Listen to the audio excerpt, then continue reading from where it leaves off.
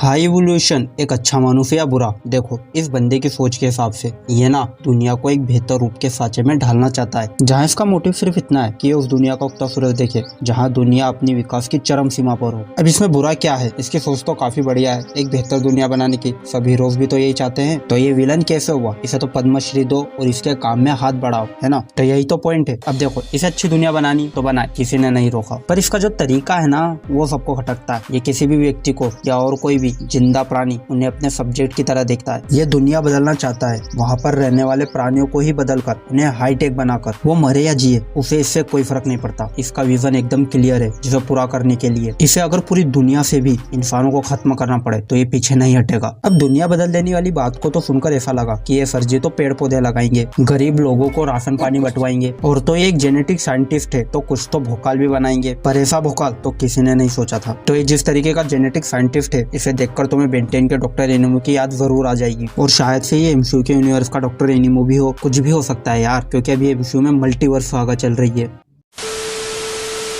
अब देखो, कोई भी साइंटिस्ट होता है, अगर उसे अपने सब्सटेंस का एक्सपेरिमेंट करना होता है तो हमेशा किसी छोटे मोटे जानवरों पर अपना एक्सपेरिमेंट परफॉर्म करेगा, जैसे चूहा या मेंढक। पर जैसा कि हाई एवोल्यूशनरी चाहता है एक बेहतर दुनिया को बनाना, और इसी दुनिया को बेहतर बनाने के लिए वो किस पर एक्सपेरिमेंट करेगा? जानवरों पर नहीं, बल्कि वो उन पर अपना एक्सपेरिमेंट करेगा जो दुनिया चलाते हैं, यानी इंसानों पर। और जरूरी तो नहीं है ना कि हर एक्सपेरिमेंट काम करते हैं, तो इसके एक्सपेरिमेंट में इसने कई सारे इंसानों को तो जानवरों जैसा ही मार दिया। तो इसकी इसी बात पर अर्थ के माइटीएस्ट हीरोज ने से मार दाड़ कर भगा दिया। और ये सब तो देखो कॉमिक की बात थी, पर एमसीयू में तो ये पहली बार ही गार्डियंस ऑफ द गैलेक्सी के वॉल्यूम 3 में दिखने वाला है। तो काहे के एवेंजर्स, काहे के अर्थ के हीरोज, इसकी स्टोरी एमसीयू में बहुत पेचीदा होने वाली है, क्योंकि कॉमिक में तो इसका स्टोरी आर्क काफी लंबा था। खैर, फिर भी थोड़ी मूवी और कॉमिक के हिसाब को मिक्स करके इसकी थोड़ी बहुत ओरिजिन बनाते हैं। अब देखो, मूवी में तो इसकी शुरुआत डायरेक्ट हाई एवोल्यूशनरी बनकर ही हो रही है, तो इसकी बैक स्टोरी यहीं वहीं कहीं घूमते घामते 1-2 मिनट के मूवी सीन में समझा दी जाएगी, ठीक कॉमिक जैसी। फिर भी हम अपना दिमाग थोड़ा घुसाए तो देखो, कॉमिक में हाई एवोल्यूशनरी ये जान के कि भाई अपन अर्थ पे तो अपना पूरा कभी नहीं कर सकते, साले दुष्ट लोगों जैसे हैं वैसे ही रहना चाहते हैं। तो ये हाई एवोल्यूशनरी सूरज के दूसरे दायरे में जाकर ठीक उसी जगह पर जहाँ अपनी पृथ्वी सूरज के चक्कर लगाती है, उसकी दूसरी तरफ अपने ही अलग पृथ्वी बना लेता है, पता नहीं कैसे, और उसका ये नामकरण भी कर देता है काउंटर अर्थ के नाम से। और जहाँ तक ट्रेलर देखकर लग रहा है तो मूवी की स्टोरी भी शायद तक इस काउंटर अर्थ के आसपास ही होने वाली है।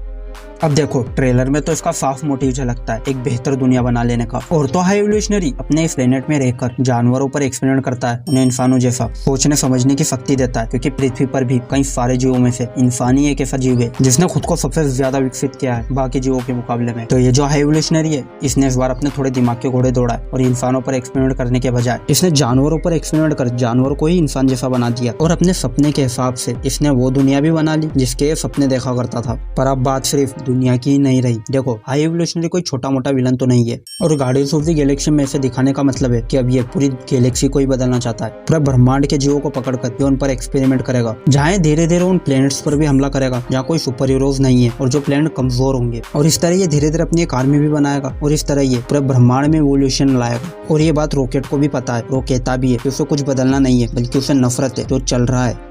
अब देखो, एमसीयू जिस तरह से अपने कैरेक्टर को बर्बाद करते आ रहा है, जैसे उसने टास्क मास्टर को किया और हाल ही में गोर और मोडोक को भी, तो हाई एवोल्यूशन को लेकर तो फैंस ऐसा कभी नहीं चाहते, क्योंकि जो भोकाल हाई एवोल्यूशनरी का कॉमिक में है वो सच में लाजवाब है। ये अकेला बंदा गैलेक्टस के सामने खड़ा हो गया था उससे लड़ने के लिए। और तो इस कैरेक्टर की सबसे बेस्ट बात क्या है पता है? ये अपने आप को कभी विलन मानता ही नहीं, बल्कि ये खुद को भगवान की तरह मानता है, जिसका मानना है कि भले ये जो काम कर रहा है उससे लोगों को तकलीफ हो, पर ये सब वो इनकी भलाई के लिए ही कर रहा है। अब इसकी सोच बिल्कुल थेनोस जैसी ही है, तो ये भी थेनोस की तरह ही अपने सपने को लेकर बहुत ज्यादा ही सीरियस है,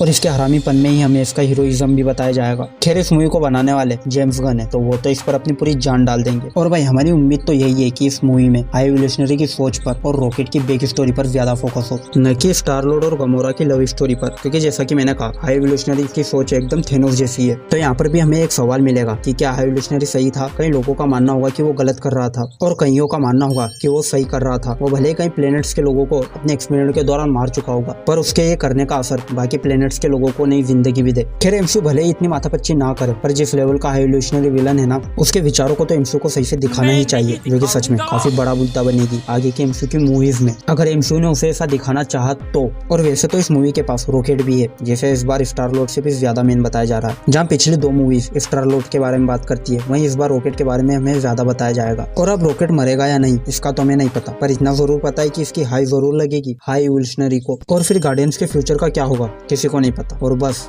बहुत बातें कर ली, बाय।